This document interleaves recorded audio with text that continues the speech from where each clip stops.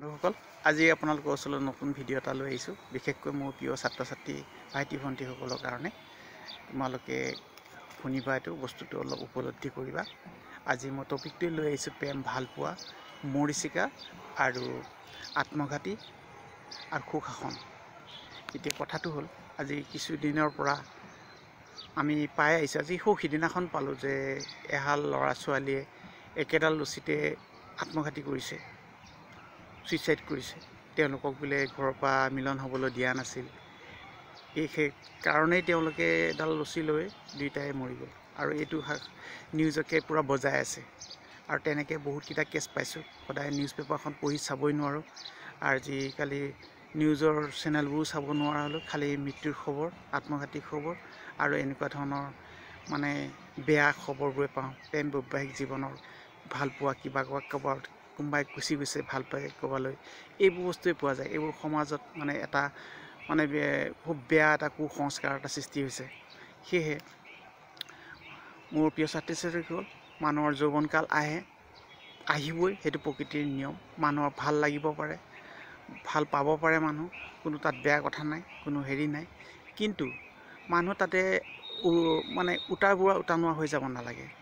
আৰু মানুহৰ যৌৱন আহিলে যে কাৰোবাক ভাল পাব লাগিব, যে ভাল পাই তাক লৈ ব্যস্ততা হৈ নিজৰ কৰ্ম জীৱনত নষ্ট কৰিব লাগিব, নিজৰ জীৱনটো শেষ কৰিব লাগিব, এইটোৱে সকলো নহয়। সেইকাৰণে প্ৰিয় ছাত্ৰ ছাত্ৰীসকল, মোৰ ভাইটি ভণ্টিসকল, তোমালোকে উপলব্ধি কৰিবা যে জীৱনত প্ৰেম ভালপোৱা এটা স্বৰ্গীয় অনুভূতি বুলি কয়। কিন্তু আজিৰ তাৰিখত জানো স্বৰ্গীয় অনুভূতি বোলা বস্তুটো আছে? একেবাৰে নাইকিয়া। আগতেতো আমি দেখা পাইছিলোঁ, কাৰোবাৰ যদি ছোৱালী এজনী বা ল'ৰা এটাই যদি কাৰোবাক ভাল পায়, 7 খোজমান আঁতৰৰ পৰা কথা পাতে, ওচৰলৈ যাবলৈ ভয় নকৰে, আৰু বহুতক সন্মান কৰে যে কি কৰিম, কোনোবাই দেখিব নেকি, ক'ৰবাত যাব নেকি, 7খন ল'ৰাটো দূৰৰে কথা, এনেকুৱা এটা। আৰু আজিকালি ভালপোৱাটো এইটো কেনেকুৱা ধৰণৰ ভালপোৱা, যে কোনো মানুহৰ ডাঙৰ ওচৰত যিখিনি কাৰ্য কৰি পেলাই হাক কৰি দিয়ে, কিবা কৰে, অমুকত যে সা সন্মান নাইকিয়া, এইটো কি ভালপোৱা নেকি? এইটো উচ্ছৃংখল প্ৰেম। আৰু এই উচ্ছৃংখল প্ৰেমবোৰক দেখা পায় কিছুমান উচ্ছৃংখল যুৱক যুৱতীৰ পৰা বা ল'ৰা ছোৱালী, এইবোৰৰ পৰা উচ্ছৃংখলতা দেখা পায় কিছুমান ভাল ল'ৰা ছোৱালীও বেয়া হৈ গৈছে। তেওঁলোকে ভাবিছে যে এইটো এটা কালচাৰ হৈ গৈছে, এইটো এটা নেচাৰ হৈছে, ফেশ্বন হৈ গৈছে। সেইটো নহয়। আৰু সেইটো কাৰণে আমাৰ মানে সমাজখনত এটা বিৰূপ প্ৰতিক্ৰিয়াৰ সৃষ্টি হৈছে। আমাৰ এতিয়া ধৰা ভাইটি ভণ্টিসকল যেতিয়া যৌৱনপ্ৰাপ্ত হৈছে, তোমালোকৰ বয়স হৈছে এটা যৌৱনৰ উন্মাদনাত এইটো কৰিছে, কিন্তু তাত থাকি সৰু ল'ৰা ছোৱালীখিনিয়েতো দেখা পাই আছে। সেইটো দেখা পাই পেলাই তেওঁলোকে এটা বেয়া ফালে আৰু গতি কৰিবলৈ লৈছে, আৰু সদায় মানে বেছি এডভান্স হৈ পৰিছে। সেইকাৰণে সেই বস্তুবোৰ হ'ব নালাগে। আমি নিজৰ জীৱনকালত বহুত কৰণীয় কাম থাকে। কাৰোবাক ভাল পাব পাৰে, কোনো বেয়া কথা নহয়। ভাল পালেই যে তেওঁলোকৰ লগত যাব লাগিব, ডেটিং কৰিব লাগিব, ক'ৰবাত যাব লাগিব বা ঘূৰি ফুৰিব লাগিব, নিজৰ সময় নষ্ট কৰিব লাগিব, সেইটো নহয়। ভাল পালে আৰু বেছি দায়িত্বশীলে হ'ব লাগে, আৰু বেছিকৈ পঢ়িব লাগিব ধুনীয়াকৈ। তেওঁ সপোন দেখিব লাগিব যে মই ভাল পাইছোঁ, তেওঁক আনিম, মই এসময়ত মোৰ নিজৰ কৰি ল'ম। তেতিয়াতো কৰিবলৈ হ'লেতো হাৱা পানী বতাহ অক্সিজেনকণটো লৈ থাকিলেতো নহ'ব, খাবও লাগিব, পিন্ধিব লাগিব। আজি ইমান এটা যান্ত্ৰিক যুগত ইমান এটা বস্তুৰ দাম, ইমান এটা চলিব নোৱাৰা পৰিৱেশ, তাত যদি আমি এনেকৈ মানে এটা উচ্ছৃংখল জীৱন লৈ থাকোঁ, আৰু এটা বেয়া এটা হেৰিত ঘূৰি ফুৰোঁ, নিজৰ সময় নষ্ট কৰি, নিজৰ পঢ়া শুনা বিসৰ্জন দি এইবোৰত যদি উচ্ছৃংখলতাত ঘূৰি ফুৰোঁ, তেনেহ'লে আমাৰ জীৱনটো শেষ। আৰু তেতিয়া কি হ'ব, এটা মৰীচিকা। এজনী ল'ৰাই এটা ছোৱালী এজনীক ভাল পাব, অমুকক ভাল পাব, ইজনীক ভাল পাব, সিজনীক, পিছত গৈ পেলাই দেখিব তাই এজনীকো ভাল নাপায়, সি আৰু বেলেগ এজনীক কাৰোবাক লৈছে। ঠিক তেনেকৈ ছোৱালী এজনী অমুকত গ'ল, তমুকত গ'ল, কিবা হ'ল, তাই বেয়া বদনাম হ'ল, তাইৰ জীৱনটো নষ্ট হৈ গ'ল। তেনেকুৱা এটা পৰিৱেশ সৃষ্টি হৈছে। আৰু সেইকাৰণে এই ভালপোৱাৰ এই মৰীচিকাটো পাছ এৰিব লাগে। এইটো এটা মৰীচিকা। এইটো দেখাক দেখি যে আগত পানী আছে এটা তোমাৰ যেতিয়া এখন মৰুভূমিত দেখিবা, সাগৰৰ যিকোনি এটা দূৰৰ পৰা দেখা পায় যে এইটো পানী আছে নেকি, পানী খাব যাওঁ, পামগৈ। গৈ থাকোঁতে তেওঁ এই পানীৰে পাইছোঁ বুলি ভাবিয়ে তেওঁ নিজৰ দেহ ত্যাগী হৈ যায়। ঠিক তেনেকৈ এইটো এটা মৰীচিকা। এই মৰীচিকাৰ পাছটো এৰিবা। প্ৰিয় ছাত্ৰ ছাত্ৰীসকল, মোৰ ভাইটি ভণ্টিসকল, তোমালোকে এই মৰীচিকাত যদি ঘূৰি ফুৰিছা, এই মৰীচিকাটো এৰি দিয়া আৰু সুস্থ পথলৈ গুচি আহা। আৰু এই মৰীচিকাটো যেতিয়া গৈ নাপাব, তেতিয়াহ'লে এইটোৱে হ'ল আত্মঘাতী।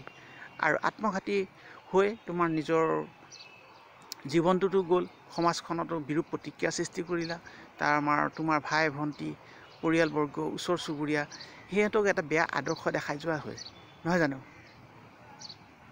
ভণ্টিসকল ভাইটিসকল এইটো তেনেকুৱা এটা নহয় জানো সেইকাৰণে আমি সেইখিনি কিয় কৰোঁ আমি সেই বিৰূপ প্ৰতিক্ৰিয়া বেয়া হেৰি এটা কিয় দেখাই যাওঁ আমি ভাল এটা হৈ যাব লাগে ভাল দেখাব লাগে আৰু তেতিয়াহে আমাৰ সমাজত আমাৰ নাম থাকিব আৰু পিছৰ প্ৰজন্মৰ উন্নতি হ'ব প্ৰেম ভাল পোৱাই সৰ্বশ্ৰেষ্ঠ নহয় প্ৰেম ভাল পোৱাই স্বৰ্গীয় অনুভূতি বুলি নকয় আজিৰ তাৰিখত সেইকাৰণে সেইখিনি অনুভূতি আনিবলৈ হ'লে তুমি নিজে নিজৰ অনুভূতি আনিব লাগিব নিজক নিজে ঠিক কৰিব পাৰিব লাগিব তেহে এই গোটেইখিনি আহিব আৰু